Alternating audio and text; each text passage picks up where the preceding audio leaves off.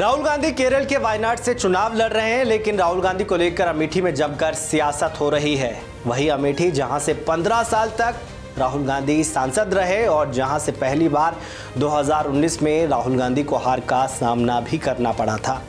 दरअसल अमेठी से तीसरी बार चुनाव लड़ रही स्मृति ईरानी ने राहुल गांधी पर निशाना साधा है।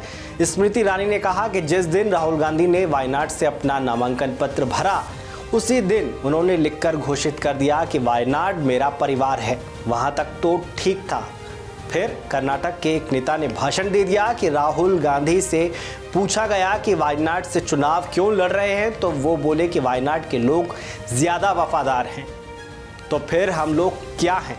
15 साल निकम्बे सांसद को ढोया जिसने काम नहीं किया, जिताने के बाद भी गायब रहा और अब अमेठी की वफादारी पर सवाल उठाते हैं।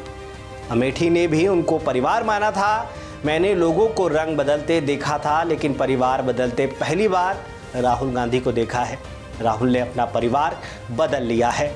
स्मृति ने आगे कहा कि वायनाड से पर्चा भरने से पहले राहुल गांधी ने मुस्लिम लीग से समर्थन लिया है। वहां शायद ये बातचीत हुई है कि मुस्लिम लीग अपना झंडा नहीं दिखाएगा, क्योंकि राहुल जी को यहां आकर प्रचार करना है और मंदिर मंदिर तक जाना है।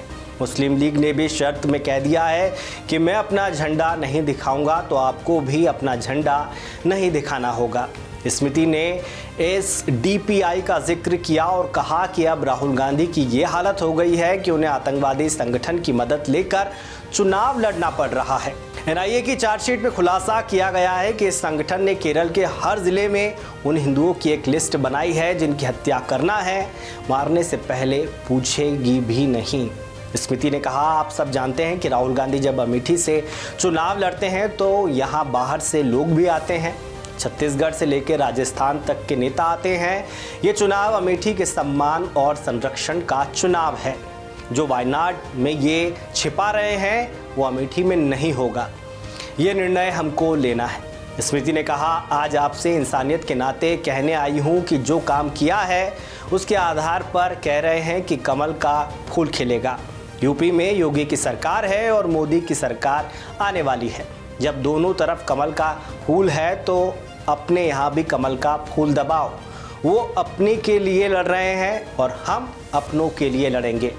स्मृति ने मोदी सरकार की तारीफ करते हुए कहा कि अमेठी में आज 19,20,000 लोगों को फ्री में राशन मिल रहा है। मैं पूछना चाहती हूँ कि पहले कब ऐसा हुआ है?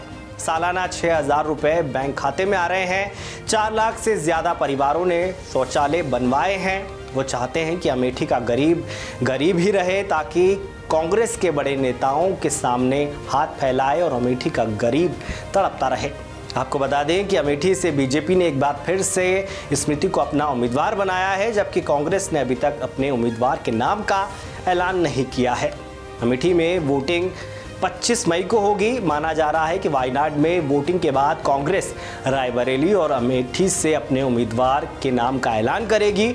2019 में अमेठी से राहुल गांधी की हार हुई थी तो रायबरेली से सोनिया गांधी जीती ज़रूर थी, लेकिन जीत का मार्जिन घट गया था।